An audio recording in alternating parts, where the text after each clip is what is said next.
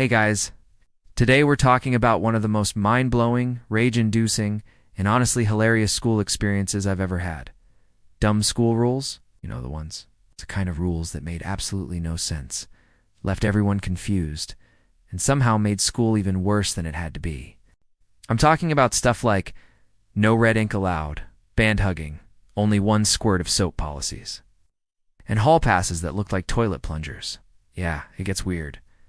So get comfy, because I've got 10 wild stories to share, and all of them are 100% real. Or at least real to me. Before we jump in, where are you watching from? Let us know your city in the comments. And if you've ever had something similar happen to you, we want to hear your story too. All right, let's get into it.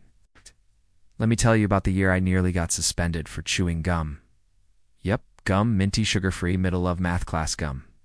It was 8th grade, and our vice principal, who I swear treated the school like it was a maximum security prison, had this one rule she loved to enforce. Absolutely no chewing gum on campus. Not in class, not in the hallways, not even at lunch. Now, I was never the rebel type. I liked getting good grades. I kept my hoodie unwrinkled, but that day, I had a headache, a tension headache, and for some reason, chewing gum helped. So I popped in a piece before algebra and just kinda zoned out while solving for X. The next thing I know, there's a shadow looming over me. Ms. Langford, clipboard in hand. Glasses sliding halfway down her nose like she was channeling the ghost of every evil librarian ever. She points, says nothing, just ... points at my mouth. And I, the idiot that I am, instinctively open my mouth like a baby bird. She sees the gum, her nostrils flare. "You know the policy?" she says, already scribbling something on her clipboard like she's writing me up for arson. 3-day in-school suspension, starting tomorrow. I tried to explain. Headache, quiet chewing, no bubble blowing. Ain't even offered to spit it out on the spot, like, look, I'll eat chalk instead if that's what you want, but nope. The rule was the rule. Even better, I later learned the gum ban wasn't because of choking or distractions. It was because someone stuck a piece under the lunch table once, and she didn't like the stickiness. That was it. It's one rogue juicy fruit, and that wasn't even the worst part. During my 3-day punishment, I had to sit in the front office, silently copying pages out of a dictionary while wearing a laminated sign that said "School Rule Violation." Not joking. A literal sign around my neck. Like I was in timeout on Game of Thrones. After that, I gave up gum entirely. Still get nervous walking past vending machines with mints. And just when I thought that was peak ridiculousness, my friend Tyler got written up for suspicious chewing behavior. Wasn't even chewing anything. He was just sitting there, his mouth kind of moving. It was a witch hunt. It's a minty peppermint-scented witch hunt. That was bad, but at least it only involved gum. The next one, it involves actual fire. A school policy so dumb, it practically invited disaster. So my high school had this rule, and I swear it was real, that students weren't allowed to bring backpacks into the building after 8 a.m. Now you might think, okay, maybe it's a security thing, right? That would make sense. But no. The actual reason was that backpacks in hallways clogged traffic. That was the official explanation. Not a joke. They sent out a letter about it.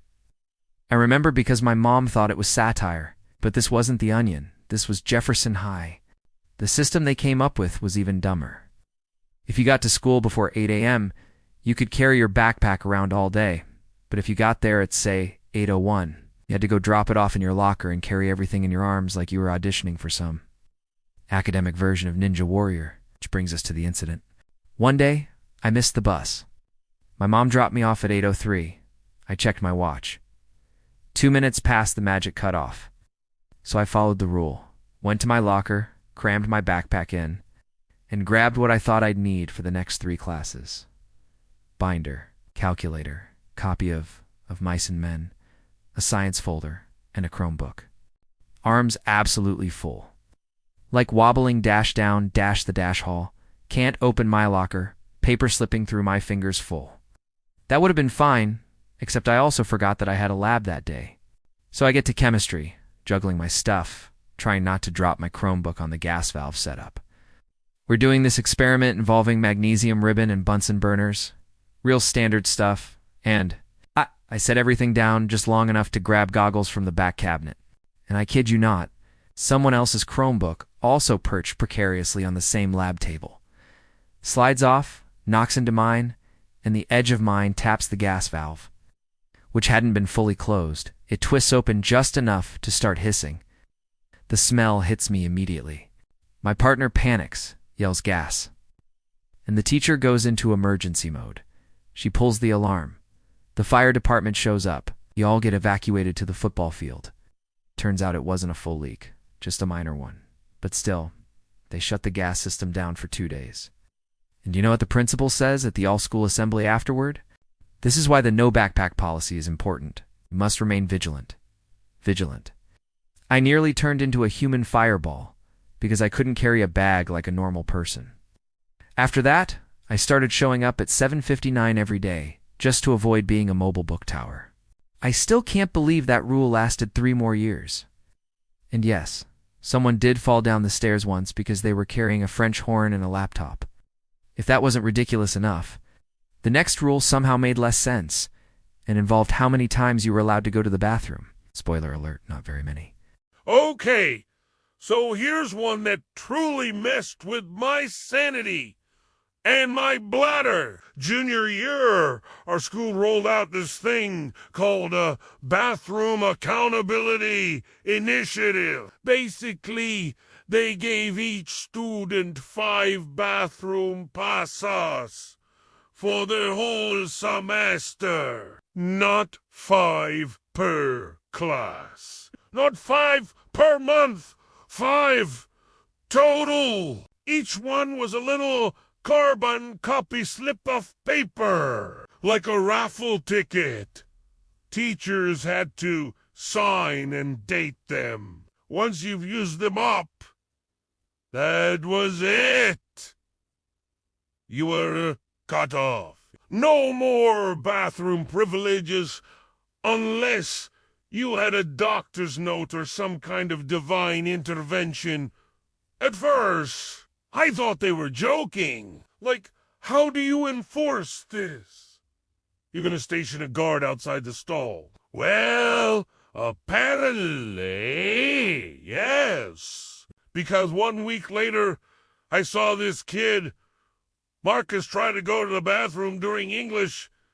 The teacher goes, "Bathroom pass?" He says he doesn't have one. She straight up tells him he can't go. He tries to argue, and she calls the resource officer to escort him back to his desk. Oh, because he had to pee. So now everyone's trying to strategize. People start trading passes like currency. I literally swapped a granola bar for a bathroom pass once. Some people hoarded theirs. Others used theirs early and then faked stomach aches just to use the nurse's bathroom. I remember holding it in through an entire assembly, just because I was down to my last pass and didn't want to waste it on a non-emergency. And then came my moment. We had this massive standardized test one day. I drank a Gatorade that morning. Rookie mistake.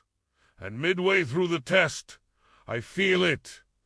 The dreaded twinge. I try to push through, but by the 3rd section, I'm sweating. Like, actually sweating. I raise my hand and whisper, "Can I go to the bathroom?" The proctor looks at me like I asked to leave the country. "Do you have a pass?" I fumble through my bag.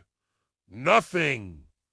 I had used my last one during a stomach flu week in October. She gives me this look of practiced disappointment. "I'm afraid I can't let you leave." And so I sat there, finishing the test in a slow agony, quietly planning my future as a bathroom civil rights activist. I told my mom about it, and she was livid.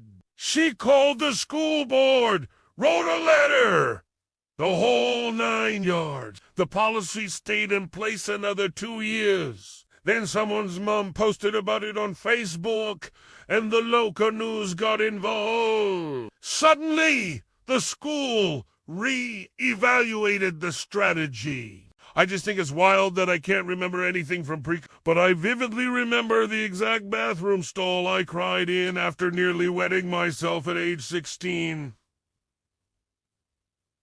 So far, we've had gum crackdowns, flammable science, class chaos, and bathroom rationing. But what about a rule so strict that hugging your own sibling could get you detention? Yep, it happened. Okay, so this was freshman year.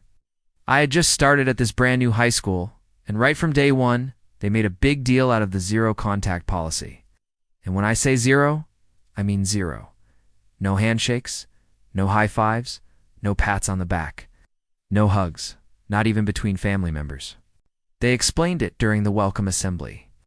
In order to promote a safe and respectful environment, physical contact of any kind is prohibited. And I remember looking around like, wait, are we in a school or a minimum security prison? At first I thought, okay, maybe they're just trying to avoid public makeout sessions. Fair. I've seen enough hallway PDA to know why that would be a concern. But then, 2 weeks in, I got busted for hugging my sister. Let me set the scene. She was a senior. I was a terrified little freshman. We didn't ride the same bus, so we didn't see each other all morning. We happened to run into each other at lunch by the vending machines. I was honestly so relieved to see a familiar face that I gave her a quick, totally G-rated side hug. Not even a full hug, a half hug. We were mid-conversation when a vice principal swooped in like Batman. It's no joke. She stepped out from behind a door. I didn't even know that hallway had doors, and said, "Excuse me, no physical contact." We both turned, super confused, thinking maybe someone behind us was doing something worse. But nope, she was talking to us. "I'm gonna have to write you both up," she said, already pulling out her little pink slips. That's a direct violation of policy. I actually laughed. I thought she was joking. My sister straight up goes, "We're siblings. Didn't matter. We got detention. For hugging. At lunch. In public. While fully clothed." And genetically related, my mom showed up at the school and demanded a meeting.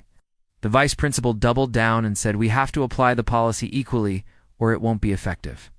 Like we were in some dystopian sci-fi show where affection was outlawed. After that, we started developing this weird code system to say hi. We'd do fake yawns while raising our hands, nod like we were strangers in an airport. One time we even tried saluting and she got in trouble again for nonverbal gestures that could be misinterpreted. I wish I were kidding. The policy stayed in place for years. Eventually enough parents complained and it got revised. Now they say limited. Non-disruptive contact between students is permitted. But it took a long time and a lot of weird hallway encounters to get there. Honestly, I think the rule made things more awkward. I saw people get in trouble for catching a falling friend. Like, fall prevention isn't allowed now. To this day, my sister still jokes about it. Anytime we hug at family events, she whispers, "Don't let the school see." All right, from emotional repression to straight-up academic sabotage, let's talk about the school that banned red pens. And trust me, it wasn't for what you think.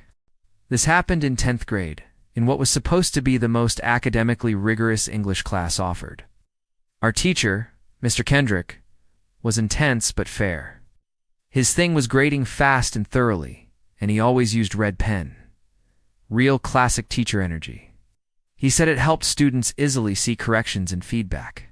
Well, about a month into the school year, a group of parents, like 6 or 7 of them, wrote in a formal complaint. They said the red ink was too aggressive, emotionally harmful, and triggering. One parent literally described it as visual violence. I wish I was exaggerating. Administration panicked, and within a week, the school banned red pens. Teachers were told they could only use calming tones like purple, green, or pencil. Red was completely outlawed. We thought it was a joke, but nope. People started getting reprimanded. Mr. Kendrick got written up for using a red pen on a seating chart. And then again when he corrected someone's thesis outline in front of the class, he switched to purple. But that didn't stop the chaos. See, the problem wasn't the ink color. The problem was the feedback. But because the rule only banned red, teachers started doing this weird passive-aggressive grading, where they'd leave vague comments like, "Consider another option," or "Might be worth revisiting this point," instead of just saying this is wrong. It made everything confusing. Nobody knew what they were doing right or wrong anymore. Even better, students still associated purple ink with harsh grades. So all the complaints about anxiety and emotional damage still happened. Eventually, a group of students, including me, wrote a counter-petition called Let Red Live. We had over 300 signatures. We even made red pen protest buttons and wore them on our backpacks. Administration called it disruptive. Mr. Kendrick, to his credit, found a loophole. He started using red highlighters, not to grade but to underline points we got right, like a reverse psychology thing. He called it affirmative correction. The rule lasted until the end of the year. Then, without announcement, they just stopped enforcing it, like it never happened. But every now and then, I still see a purple comment and twitch a little. So we've had forbidden hugs, illegal pens, and fire hazard backpacks. But what about a rule so aggressively weird? It felt like something from The Truman Show, and that's coming up next. So this happened in my sophomore year at a school that I swear was run by people who all got their degrees from the University of Micromanagement. Out of nowhere, they announced a brand new policy over the morning announcements, effective immediately. All students must enter and exit the building through the front main doors only. At first, we thought this was about locking other entrances for security reasons, which is fair. I get that. But here's where it went from logical to completely unhinged. They kept all the other doors unlocked. You could open them from the inside. You just weren't allowed to. Not because it was unsafe, but because, quote, "we need consistent foot traffic to reinforce community unity." What does that mean? The school had 6 doors, 3 on each side of the building. Students parked in different lots depending on grade. But now, everyone, hundreds of teenagers, had to funnel through one set of doors every morning and afternoon. By day 3, it was absolute gridlock. I'm talking shoulder-to-shoulder crowds in the front foyer, backpacks knocking people over, people slipping on wet tile floors. It looked like Black Friday at a Walmart every single day. I once spent 15 minutes just trying to get out of the building after last period. My locker was 20 feet from a perfectly usable side door, but I had to turn around, go down 2 hallways, and squeeze through a congested doorway like I was being birthed into the parking lot. And the teachers, they hated it too. You'd see them trapped in the swarm, muttering under their breath about unnecessary bottlenecks and violations of fire code. It got worse when it snowed. One day, a kid slipped outside the main doors and took out 4 other people like bowling pins. The nurse had to crawl through the crowd just to get to them. The school wouldn't budge. Then someone, not me, I swear, put up fake exit close signs on the back doors with the school logo and everything, so people started using them again, until they installed cameras. I remember trying to explain the rule to my uncle, who's a fire marshal. He was like, "That's illegal in about 4 different ways." Eventually, the school got cited during an inspection, not for the rule itself, but for creating a safety hazard through poor crowd management. After that, they quietly dropped the rule over spring break. No announcement, no apology, just suddenly the back doors were okay again. But every time I go to a building now, I still instinctively look for the front door. It's like that weird policy rewired my brain. Speaking of getting rewired, the next story involves a rule so out of touch, it basically punished kids for being poor. And not in a subtle way. This one honestly made me lose a little bit of faith in humanity. I went to a public high school where most kids came from middle or lower income families. A lot of us wore hand-me-downs, thrift shop finds, or discount stuff from Walmart or Ross. Nobody really cared. It was just how it was. But one year, the school got a new principal. This woman had opinions. She came from some ultra-strict private school background and apparently thought our dress code was too casual. So she introduced a policy that said students had to wear standardized attire, basically polos and plain slacks. Now, okay, still manageable. We could live with that. But then came the catch. If your clothes had a visible logo, any logo, no matter how small you were out of compliance, you'd get a dress code violation slip and get sent to in-school suspension. Let me repeat that. If your shirt said Hanes or had a tiny Nike swoosh or even a size label visible through the collar, it counted against you. She claimed it was to reduce brand envy and peer comparison. But all it really did was punish the kids who didn't have the money for special school-approved plain clothes. I remember one of my friends got dress-coded because his mom had ironed over a brand patch on his jeans with a little fabric square, and it peeled slightly at the corner. He spent the rest of the day in ISS for non-compliance. The school even brought in volunteers to check clothing tags at the front entrance. It turned into a weird fashion witch hunt. Kids were cutting tags off their clothes, covering logos with duct tape, turning their shirts inside out, and still getting in trouble.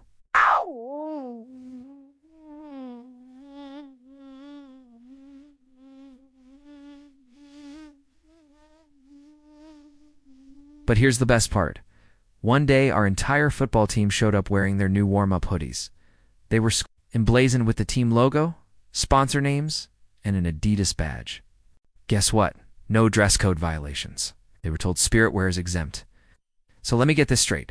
I can't wear a faded Fruit of the Loom polo from the thrift store, but if I'm on varsity, I can wear a branded hoodie. Cool. Eventually, a group of students organized a logo protest. Everyone wore the most ridiculous logos they could find. One kid wore a full NASCAR jumpsuit. I taped like 10 fake hello, my brand is labels to my back. We all got detention. The local news picked up the story. 3 weeks later, the policy was revised for clarity. Oh, it just says logos should not be the primary focus of attire. Whatever that means. Now, if that wasn't ridiculous enough, imagine a school rule that literally banned winter coats. Yeah, because they thought coats made students less focused. Let's talk about that. This happened during my junior year. And yes, it was just as ridiculous as it sounds. So winter at my school was brutal. We're talking freezing temps, icy winds, slush in the hallways, all that fun stuff. And to make things worse, the school building was ancient. Drafty windows, ancient radiators that barely worked, in classrooms where you could literally see your breath in the morning. Naturally, people wore coats to class. Not fashion coats, actual coats. Big puffy things with hoods and thermal lining and multiple zippers. You know, functional clothing for survival. And for a while, no one cared, till one day in January we get a PA announcement. Effective immediately, students are not permitted to wear outerwear, including coats, parkas, and winter jackets, during class time.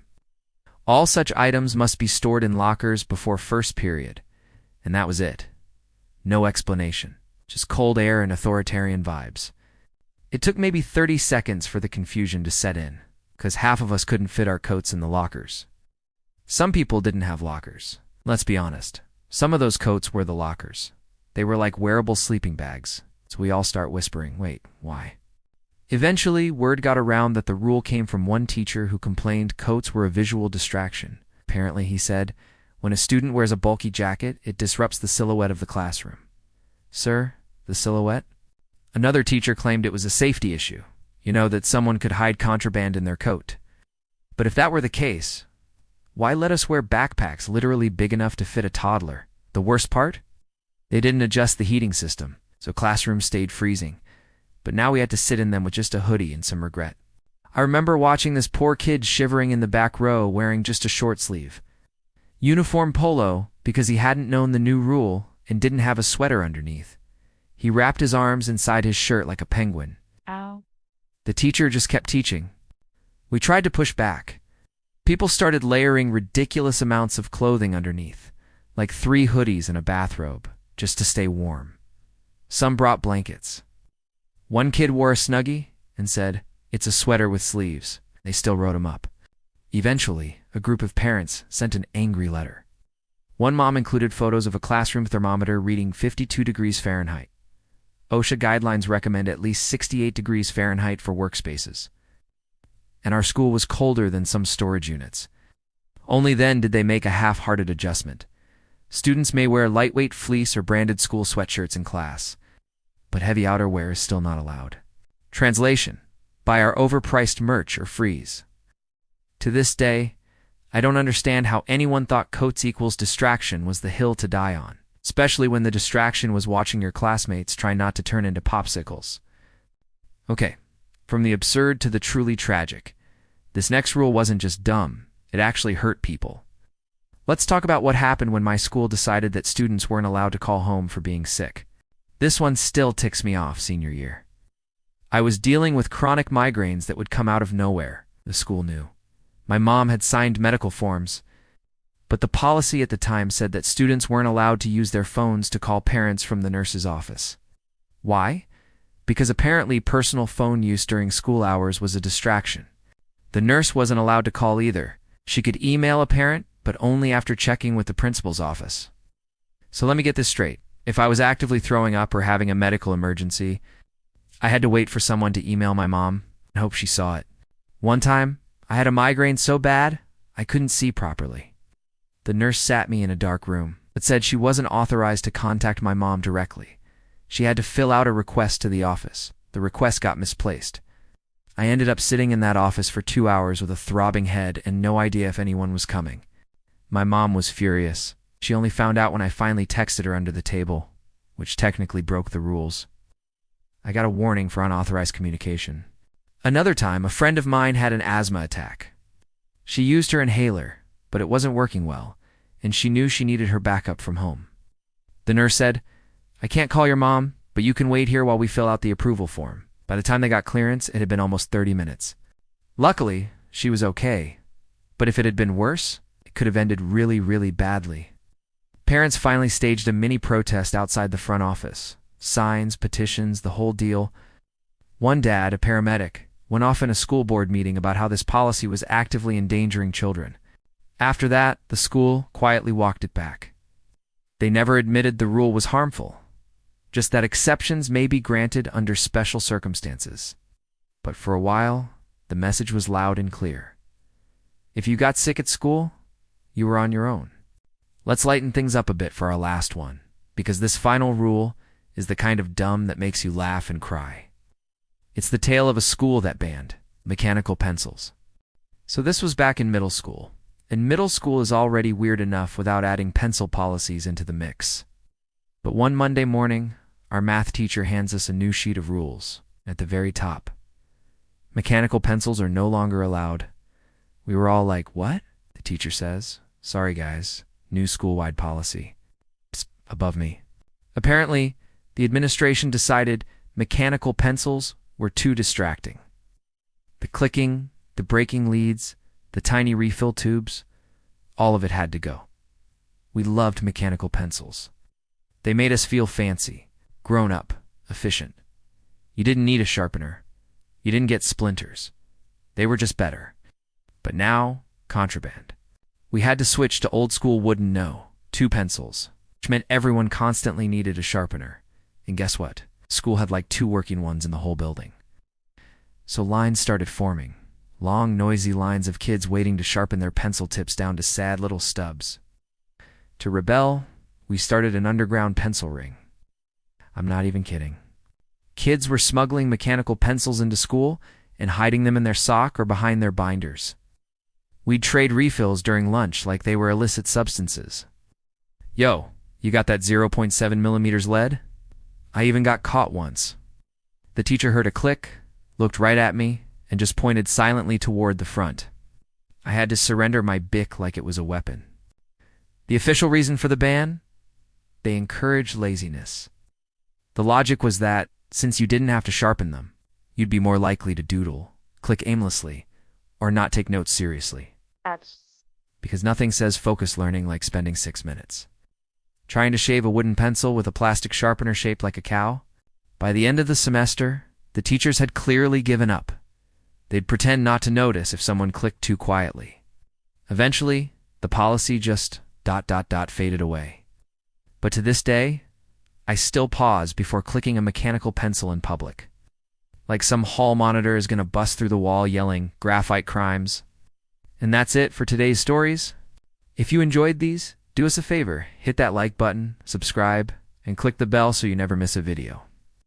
And don't forget, drop a comment below telling us where you're watching from and which rule blew your mind the most. Or share your own school story. We might feature it in the next one. Thanks for watching, and we'll see you next time.